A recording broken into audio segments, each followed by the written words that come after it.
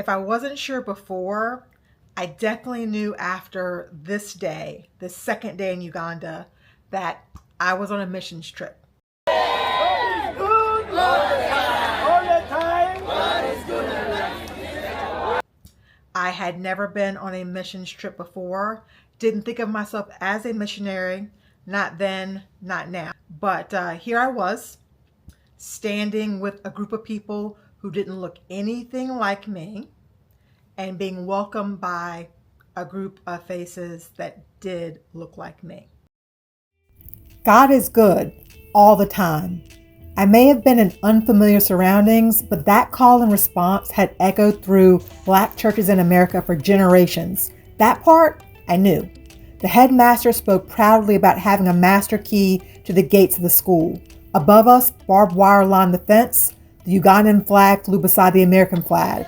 The ribbon was cut, and we walked in to the sound of children singing.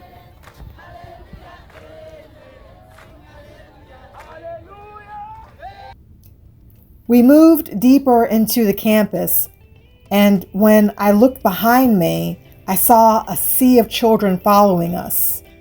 We passed the medical center that would be the dedicated layer that week. Men were still working. Freshly poured concrete foundations were curing beneath the Ugandan sun. But one part of the campus caught my attention, the vocational school. The model was familiar to me. A Christian school for Black children combining academic education with vocational training. This had historical parallels in the United States. More than a century ago, a number of historically Black schools were built around a similar approach. So while the rest of the group continued forward, I slipped away to take a closer look. This was not a single classroom. It was an entire vocational complex. Some doors, they were locked. And where there were locked doors, I looked through the windows. Where doors had been left open, I invited myself in. In this particular classroom, I could see the beginnings of the newly established cosmetology program. On the chalkboard was a script teaching students how to answer the telephone in a salon. "Good morning, m'lady," it began, followed by what to say next. A little further down, I found another room that looked like rows of ordinary sewing machines. I stepped inside and admittedly began looking for the electrical outlets. It took only a moment to understand what I was seeing. The dress pattern and measurements were sketched on the chalkboard, but the machines, they were operated manually, powered entirely by foot. They had been mounted into workstations made from sheets of plywood. No electric motors, no modern sewing tables, nothing plugged into a wall.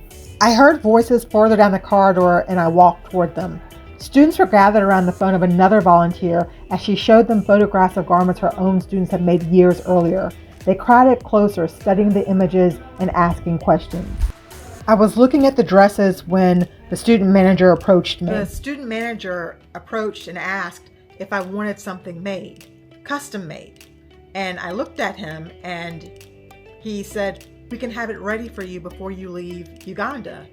And so I said yes. And he had another student come and they took my measurements, and then someone else brought bundles and bundles and bundles of fabric for me to choose what I would like.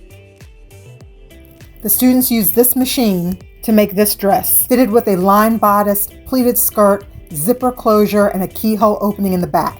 I know it's trendy right now to have clothes custom made in Asia. Mine were made in Uganda.